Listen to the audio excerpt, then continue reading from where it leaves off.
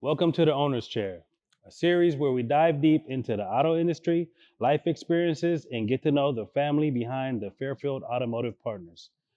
Today, we'll be cutting Mr. Hal Logan, dealer principal of the Fairfield Automotive Partners. His story has taken him from the newsroom at the Washington Post to the showrooms of multiple dealerships in Fairfield. Fairfield Automotive Partners owns 3 dealerships: BMW of Fairfield, Volkswagen of Fairfield, and Audi Napa Valley. All 3 dealerships are located in the Fairfield Auto Mall, serving residents of Napa County and Solano County. Hal has been a journalist, a Silicon Valley tech entrepreneur, a corporate executive, and the star of a series of grocery store commercials. How you be? I'm good, man. How are you? I cannot complain. Looking forward to this, man.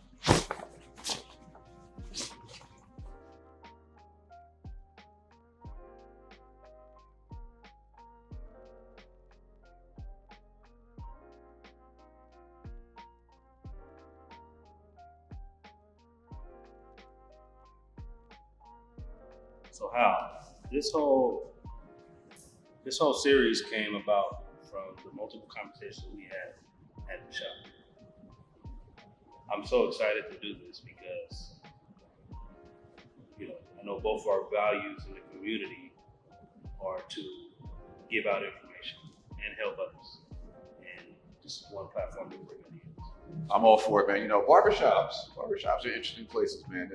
There's great conversation that goes on in the barbershop. And, the information that we share with each other, is always something that's of value. So to be able to take that barbershop conversation and spread it a little bit more widely, I think that's a great opportunity. So Hal, what kind of haircut are you going today? We're going to do the regular old cut you've been doing for me, man, the regular old standard fade. I mean, look, Randy, I know you can do a lot more, but for me, that's all I need. I got you, nice and clean. Nice and clean. Give me a breakdown of you.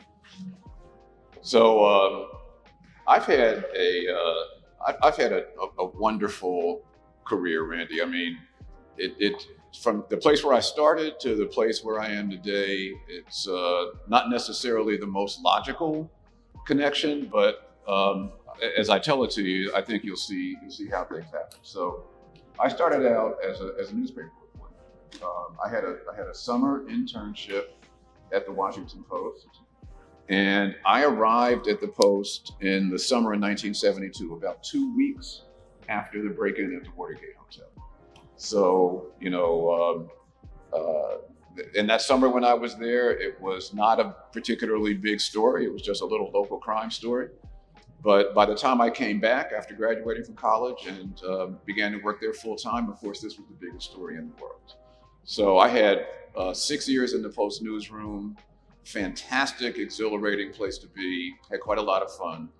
But then I decided that instead of reporting for a newspaper, what I really wanted to do was to own a newspaper so that we could tell stories particularly about Black people and what's going on in this country in the way that we wanted to tell them. So I left the newsroom, went to business school, came back to the paper. But when I got back there, we were just starting to hear about the idea that in addition to publishing on newsprint, you might start to think about publishing on these little computers that were just starting to be proliferating in people's homes. So I got fascinated by that idea, ended up becoming the newspaper's first electronic publishing person. And we built the first electronic version of the Washington Post, man. It was at a time, Randy, when everybody that accessed the internet accessed it on a 300 baud dial-up modem. So you remember that noise that it used to make? Yeah. It used to go, and then the letters would come across one at a time. A, Indeed.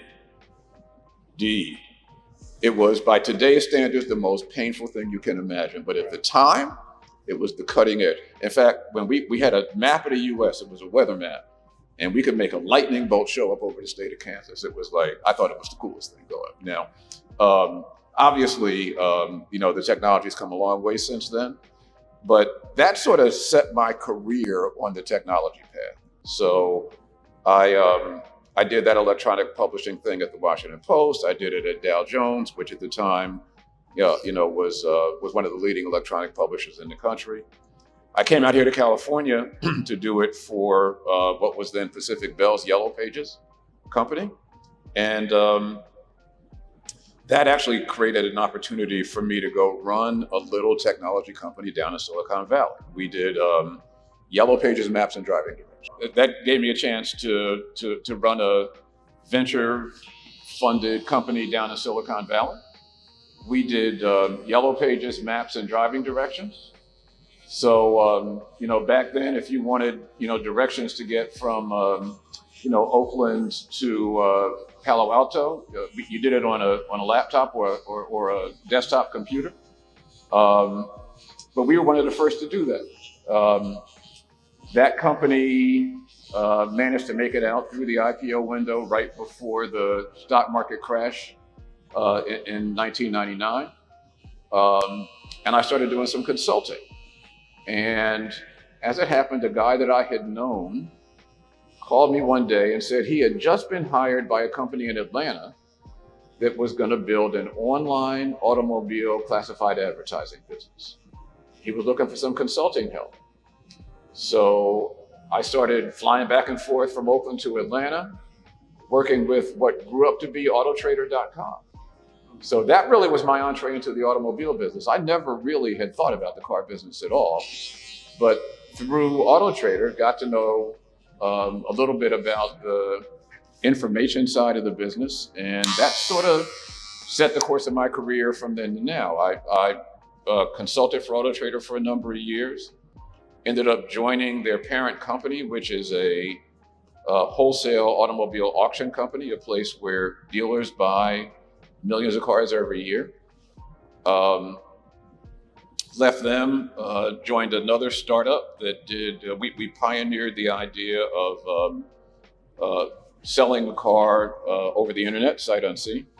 That business is still alive. Today it's called the Kelley Blue Book Instant Cash Offer. And then my son, Justin, who was working for a Mercedes-Benz dealership right down the street here, the fellow he was working for, an old friend of mine, calls me and tells me that BMW was interested in putting a BMW dealership here in Fairfield, and asked if I would partner with him to make that happen. Of course, I said yes. It was an opportunity for me to get back to California. It was an opportunity to work with my son, who was going to be the general manager of the dealership. And then we were fortunate enough to be selected by BMW. And that's how we get to BMW of Fairfield. That's how this business came to be. Man, that's a hell of a story, man. I didn't know you was on the forefront of doing all the internet for the car business. So I'm not Al Gore. I didn't invent the internet, but I've been working on publishing technology for 30 years. It's been a great ride. There was a moment when I was doing some work with a market research company. So they would hire us to do focus groups. A company would be introducing a new product or maybe introducing a new series of commercials, and they wanted to test how people would respond. So we would go into these rooms, we would recruit 10 or 15 people, they come into the room, we talk to them about the new product or the new service, and just get their responses to it to understand how they would be responding. Well, one day, I forget what product it was, we were testing a product, and the marketing company that we were working for just got the idea that they could build a series of commercials around the idea of a market research. And to make a long story short, they asked me if I'd be willing to come down to LA and test being in these commercials that they were doing for a grocery store chain, a chain called Lucky that's still out here. So I ended up going down to LA. We do this screen test. It works out well, and lo and behold, for the next 3 years, I must have shot 30 or 35 different Lucky commercials. Wow. That would just run all the time on TV. Wow. And it just cracked me up. I mean, you'd meet people and they'd say, I know you from somewhere. Yeah. And I'd be like, no, man, you don't know me. And they'd be like, yeah, you've been in my house. And I'm like, no, man, I definitely have not been in your house. But it just shows you how powerful a medium TV is. Yeah. In fact, at one point, my wife and I we were in France. We were visiting the Versailles capital. We're, 5,000 miles away. Yeah. And I noticed a couple, an Asian couple, who were whispering to each other. And the wife says to the husband, that's him. And the husband's like, no, that's not. And then for some reason, I laughed. And she said, I told you that's him. And it turns out that, 5,000 miles away in a completely different environment, these people who lived in Southern California recognized me from these grocery store TV commercials. I fell out laughing, man. I mean, it was like, you have got to be kidding me. I think we're going to have to find the footage too. And it's been a winding road. Not necessarily, totally logical from one place to the next, but it's been a great ride. So here, we've got these 3 dealerships. We've got this BMW dealership that we're sitting in now. We've got a Volkswagen dealership down the street and an Audi dealership down the street. And we do business differently than most other car dealers do. We have a philosophy that we call one price, one person, 1 hour. And it really sets the tone for everything that we do in our stores. So what do we mean by that? One price means that we don't negotiate when it comes to the price that we sell our cars at. We set a price. We do a tremendous amount of market research. We set what we think is a fair price, and we sell our cars for that price. So what does that do? It takes out of the process the negotiation, which is the part that most of our guests hate the most. Most people just hate the haggling over the price of a car. And so by taking that out, we are creating, we hope, a better, more positive experience for our guests when they come here to buy cars. So that's the one price part of what we do. One person means that when you call us on the phone or send us a lead on the internet, the person that responds to you is the person that you're going to work with all the way through the end of your transaction. So we don't, have you meet one person when you start and turn you over to a second person when you get here, who turns you over to a third person when it comes time to close the deal. We have one person working with you all the way through the transaction.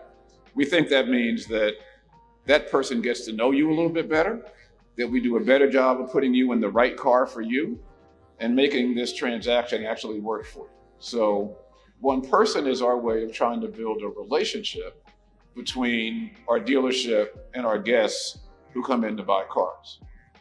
And then 1 hour, most people hate the fact that it takes 4, 5, 6 hours to buy a car. So what we say is that once you've decided what you want to buy and once you've decided on the terms of your transaction, we're going to do everything we can to get you out of here within 60 minutes. We understand that time is your most precious resource. We want to be respectful of that, and we want to be as efficient as possible in helping you get in the car that you just bought and on the way with your life. So one price, one person, 1 hour. That's our philosophy. And so far it's working great. So you also say this is more than a dealership. What does that mean? So more than a dealership. To us, that means that we want to be fully involved in this community. So we don't just want to be a place where people come to buy a car or a place where they come to get a car serviced. We want to be a place where when you go to your son's football game at the junior high school, we want to be there to be supporting that high school, supporting the kids on the team and the families that really make everything possible. When there's an event around Fairfield or over in Napa or up in Vacaville, we want to be present at that event to help support the positive activities that are taking place in the community. When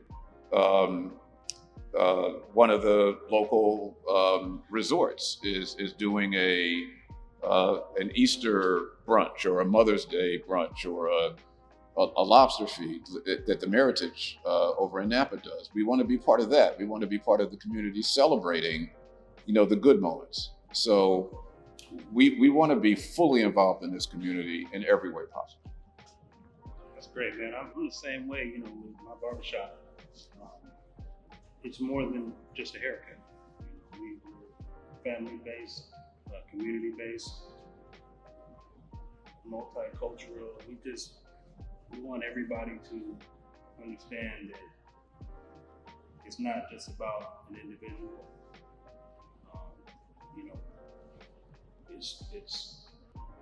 We're all a team. As a customer, I feel that every time I walk into the shop, man. It's like a community in there. It's an environment where you feel immediately comfortable. There's a bunch of different kinds of people. Cutting people with different kinds of hair, but it's just a good feel. The place has a great feel to it. And so when we talk about community, I'm involved with some youth organizations. Mm-hmm. Obviously, Crown Hustle. We've been here at the basketball event up here, and I'm always trying to help athletes and students to give them any tools that they can use to further their careers.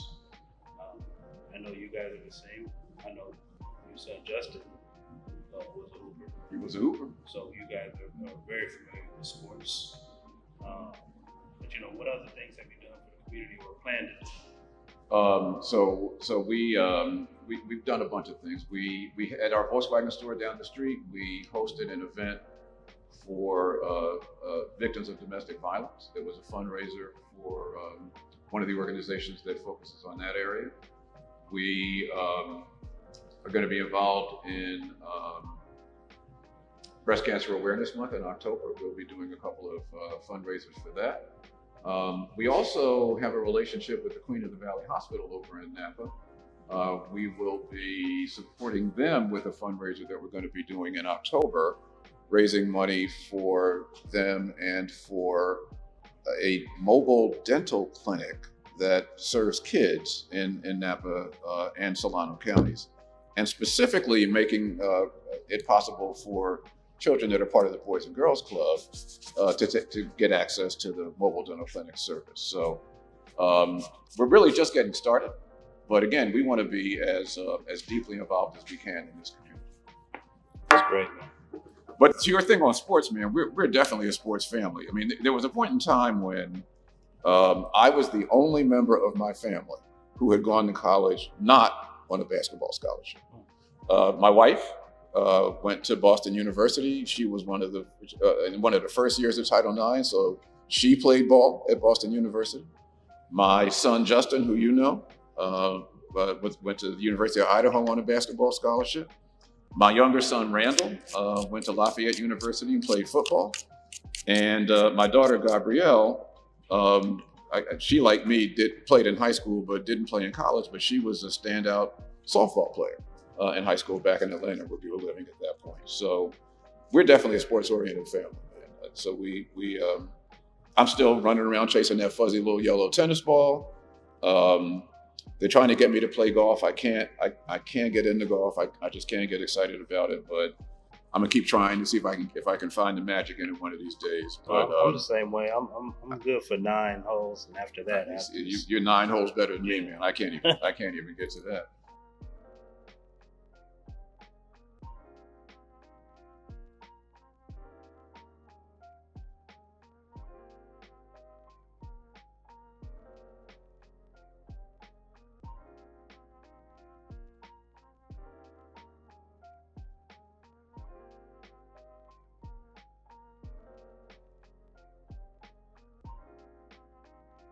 So preparation. I know a lot of people don't know how to present themselves when they come to a dealership. Can you give me some insight on some tips on how somebody should come prepared? Yeah, and it's interesting, Rand, because it's not like you need to do anything particularly special, right? Um, Keep in mind you're coming into a place of business where we behave like professionals, and we expect that our customers are going to behave like professional people. So we want you to come in correct. We want you to come in um, being respectful of us and of what we're trying to do, and the same way, of course, we're going to be respectful of you and what you're trying to accomplish when you get here. But you don't need to put on a suit and tie. You don't need to. You don't even need to get a haircut before you come in here. You just simply need to bring yourself and your own values with you when you come in to do it. And paperwork. And yeah, of course, now we're going to ask you for, some information about your job and your salary and your credit rating. So you need to be prepared with all of that. But it's a big fancy building. I get it, but it's a big fancy building filled with normal people. Who are trying to make a living for their families. And the way that we do that is to try to create a better, more pleasant experience for our customers when they come in here. So if we succeed, we've made you feel comfortable and relaxed when you're here, without asking you to do anything special, again, other than to come in respectfully and come in correct. So, leasing is a subject that I don't think a lot of people have the education on how it works. Can you give me some insight on that? I can. So essentially, there's three ways to buy a car, right? You can come in here and you can drive out of here with a car if you pay for it all in cash. Most people are not in a position to do that. That doesn't happen all that frequently. You can get a loan, which I think most people understand. We work with a couple dozen different banks and financial institutions that lend money to our customers who want to buy cars. Or you can lease a car. And for this dealership and for the Audi dealership, quite a significant percentage of our customers end up leasing cars. So what does it mean to lease a car? What it means is that you are essentially buying half of the car. So, in fact, I think the very first leasing company was actually called Half a Car. And so if you drive out of here in one of our X5 SUVs with a loan, you're going to pay more every month than if you drive out of here with that same X5 SUV with a lease. A lease enables you to take the car at a lower monthly payment, and you've agreed to make that payment for 36 months or 48 months. And at the end of that period of time, instead of owning the car, you're going to come back here and give the car back to us. So at that point, you have the opportunity, if you want to buy the car out. But then you'd have to do that with cash or by taking out a loan. So leasing a car is kind of like renting the car. You're renting it for an extended period of time. But at the end of the lease period, you bring the car back to us, drop it off, and hopefully you'll leave out of here in your next vehicle, which you could either lease or take a loan. So you say that you're paying less than getting a traditional loan, but in the big picture, it's still a loan, right? But your loan amount is for the duration of the lease. When you take out a loan for a car, you're financing the entire value of the car. When you take out a lease on a car, you're financing approximately half of the value of the car. At the end of the lease period, you're going to return that car to us, and you don't own it, as you would if you bought the car with a loan. So that's the difference. The difference is when you take out a loan to buy the car, when you finish paying off that loan, you own the car. When you lease the car at the end of the lease period, you do not own the vehicle. You're going to give that back to us. So you're only financing part of the total value of the car, not all of the total value. And in return, that's why the monthly. And in return, that's why the monthly is cheaper, because again, you're not paying for the whole car. And what about maintenance during the lease? How does that work? For all the leases that we write here, the manufacturer's warranty is in place for the total duration of the lease. So for repairs, all your repairs are covered by the warranty. You'll pay for normal maintenance. You'll pay for oil changes and windshield wipers and wiper fluids and what have you, unless you buy a maintenance policy from us, which covers all of that. But one of the great things about leasing is that while you have that vehicle, any major repair is covered by the manufacturer's warranty. And again, you have the option, if you choose it, to have all of your minor maintenance stuff covered by a maintenance package if you choose to buy it. So I know, rims on cars are very expensive. Right. So say you lease a car and you hit a curb, damage your rim, scuff it. How do you guys handle situations like that? Okay, so that's not going to be covered by your warranty. And so when you bring the car back, if it's really bad damage, then we will probably charge you for it when you turn that car in. Unless, again, you choose to buy a tire and wheel protection policy, which protects you against having to pay for those things. So this is one of the things that a lot of people don't understand about buying a car, is that for most people, this is either their first or second biggest investment that they're going to make.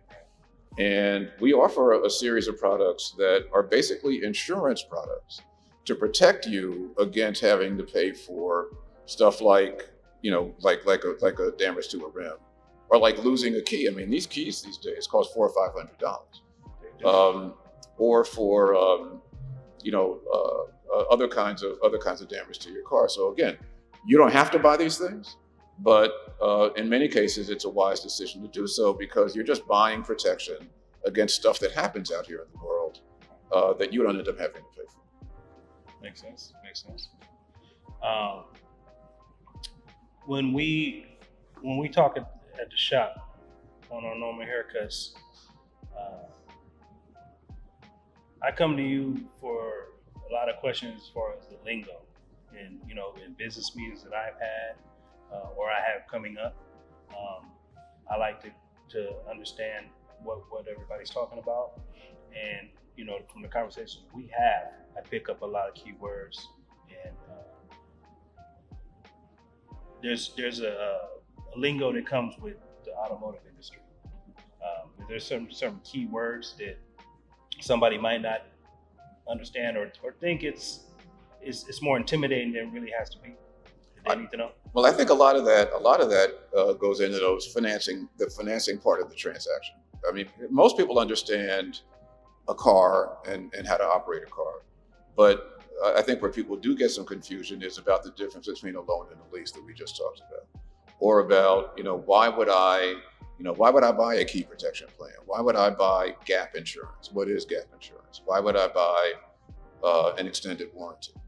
And again, whether it's appropriate for an individual customer really depends on that customer's specific situation. But for example, gap insurance is an insurance policy that covers the gap between the value of your car if you happen to get into an accident where your car gets totaled, and the amount of money that you still owe on your loan. So if your car is totaled and you owe $25,000 on your loan, but the value of the car is only $20,000, you're out that $5,000 unless you have gap insurance. So it's just one of those things that provides an extra layer of protection if that's right for you. Same with an extended warranty, right? You have that manufacturer's warranty for 3 years and 36,000 miles, or 4 years and 48,000 miles, depending on the manufacturer. But if you're planning to own that car beyond the warranty period, in other words, if you got a loan instead of a lease, well then you may want to be protected by that warranty after the original manufacturer warranty expires. And so you can buy that extended protection, and again, just protect yourself against stuff that happens in the world that would end up costing you money out of your pocket otherwise. Peace of mind. It's insurance. It is peace of mind.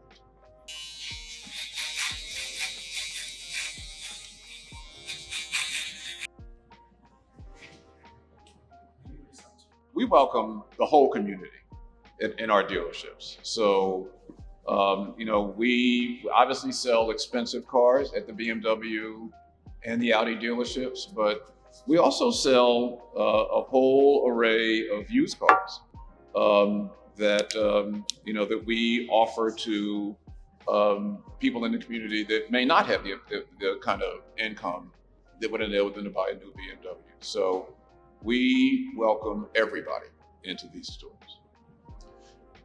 Part of that, something that we have in common, Rand, is you're a family-owned business. Right. We're a family-owned business too. In fact, we're a partnership of two different families that make up Fairfield Automotive Partners, which is the owner of our dealership. My family owns the majority, and you know my son Justin. He's an integral part of what we do here. And then our partners, a company called Shop Automotive out of Denver. Interestingly enough, the guy who runs Shop is the great grandson of the founder of that company. So he's the fourth generation of that family-owned business. So we're two family-owned businesses. We have common values. I think that's part of what makes it possible for us to work really well together. And it makes us different than the corporate-owned dealerships that you'll see, in other markets around the country. We are very focused on our community, and we try to exemplify family values in everything we do. That's great. So Hal, I appreciate the conversations, man. Even at the shop here, I think we've given them a lot of information today. We will continue to do this, and keep doing it, brother. I'm just sitting back watching you guys work. Oh, I'm down, man. And as always, thanks for the cut. I always walk out of your place looking better than I did when I walked in. So I really appreciate that, and the opportunity to just share a little bit about what we're doing and why we're doing it. I really appreciate it. No problem.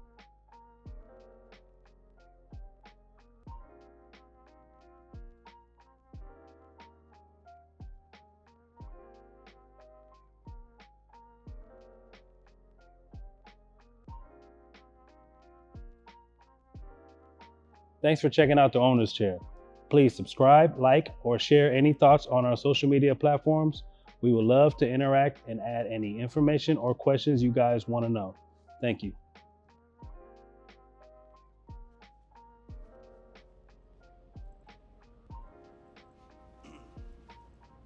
Good.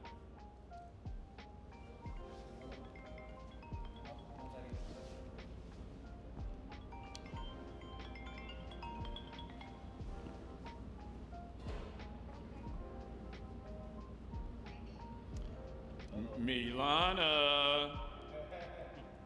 What's up, baby? How are you? You're not a baby. Oh, wait. Roxy's the baby. You're the big girl.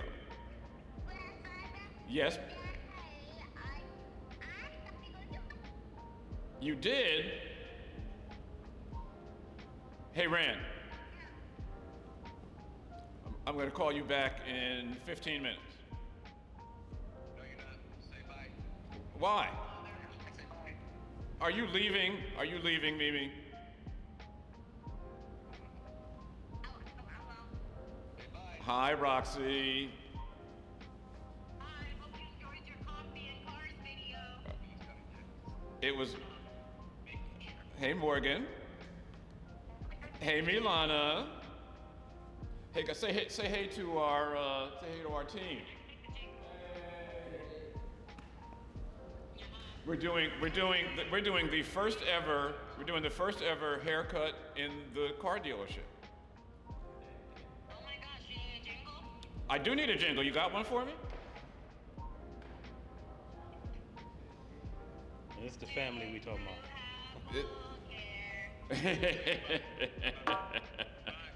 See you, man. So this is wait, Rand.